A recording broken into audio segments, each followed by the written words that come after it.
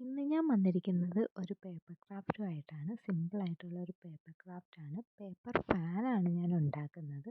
നമ്മുടെയൊക്കെ നാട്ടിൽ അതിന് വീശുതി എന്നാണ് പറയുന്നത്. നിങ്ങളുടെ നാട്ടിൽ എന്താണ് പറയുന്നത് എന്നുള്ളത് പറയണം കേട്ടോ. പറ്റുമെങ്കിൽ ജില്ലയും കൂടെ കമൻറ്റ് ചെയ്യുകയാണെങ്കിൽ നമ്മൾ ഓരോ നാട്ടിലും എന്താണ് പറയുന്നത് എന്നുള്ളത് അറിയാലോ. അപ്പം അതിന് വേണ്ടുന്ന കുറച്ച് കളർ പേപ്പറാണ്. കാരണം എന്ന് വെച്ചാൽ ഞാൻ എടുത്തേക്കുന്ന തീം എന്ന് പറയുന്നത് ഒരു റെയിൻബോ തീം ആയതുകൊണ്ടാണ് കുറച്ച് കളർ പേപ്പർ നമ്മളിവിടെ യൂസ് ചെയ്യുന്നത്. നമുക്ക് ഇഷ്ടമുള്ള രീതിയിൽ തീം സെറ്റ് ചെയ്യാം.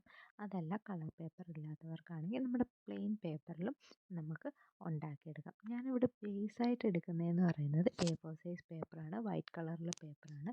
അതിൻ്റെ മുകളിലോട്ടാണ് ഞാൻ ഈ കളർ പേപ്പർ ഒട്ടിച്ചു കൊടുക്കുന്നത്.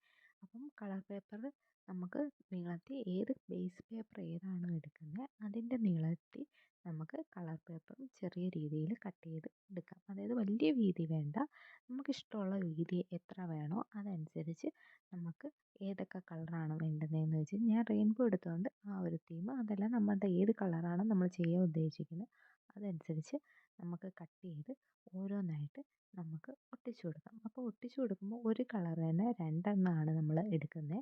ഓപ്പോസിറ്റ് സൈഡിലായിട്ടാണ് നമ്മൾ ഓരോന്നും ഒട്ടിച്ചു കൊടുക്കുന്നത്. അത് സെയിം ഓർഡറിലാണ് നമ്മൾ അപ്പുറത്തെ സൈഡിലും ഒട്ടിച്ച് കൊടുക്കുന്നത്. അത് എല്ലാം ഒട്ടിച്ചതിന് ശേഷം നമ്മളതൊന്ന് ഫോൾഡ് ചെയ്തെടുക്കും.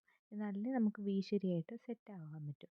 അപ്പം നമുക്കതൊന്ന് ഫോൾഡ് ചെയ്തെടുക്കാം. അപ്പം ഞാൻ ഇതേപോലെ രണ്ടെണ്ണം ചെയ്തിട്ടാണ് ഒട്ടിച്ചതിന് ശേഷമാണ് വീശുക. എന്നാലേ നമുക്ക് കംപ്ലീറ്റ് ആയിട്ട് കിട്ടുള്ളൂ. അപ്പോൾ രണ്ടെണ്ണം ഒട്ടിച്ചതിന് ശേഷം അതിൻ്റെ നടുക്ക് ഇച്ചിരി ടൈറ്റായിട്ടിരിക്കാൻ വേണ്ടി ഞാനൊരു റബ്ബർ ബാൻഡ് വെച്ചൊന്ന് കെട്ടിയിട്ടുണ്ട്. അത് കെട്ടിയതിന് ശേഷം ആ ഒരു സൈഡ് നമുക്ക് ഗം തേച്ച് ഒട്ടിച്ചു കൊടുക്കാം. ഒട്ടിച്ചതിന് ശേഷം നമുക്ക് പിന്നീട് വേണ്ടുന്നത് നമ്മുടെ ഐസ്ക്രീമിൻ്റെ സ്റ്റിക്കാണ്. ഐസ്ക്രീമൊന്നും കഴിക്കുമ്പോൾ നമ്മൾ കളയില്ല സ്റ്റിക്ക്. അതൊക്കെ സൂക്ഷിച്ച് വെച്ചേക്കണം. നമുക്ക് ഇതേപോലെ എന്തെങ്കിലുമൊക്കെ കൊച്ചു കൊച്ചു ക്രാഫ്റ്റുകൾ ചെയ്യുമ്പോൾ യൂസ് ചെയ്യാൻ വേണ്ടി. അതിന് ശേഷം നമുക്ക് അത് സ്റ്റിക്കും നമുക്ക് അതിലോട്ട് ഒട്ടിച്ചു കൊടുക്കാം.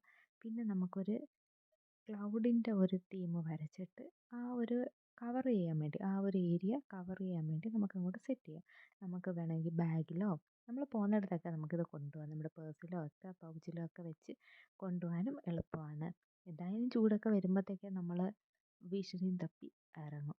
അപ്പം നമ്മൾ തന്നെ ഉണ്ടാക്കിയതാകുമ്പോൾ നമുക്കൊരു സന്തോഷമല്ലേ. അപ്പോൾ ഇഷ്ടപ്പെട്ടാൽ ലൈക്ക് ചെയ്യാനും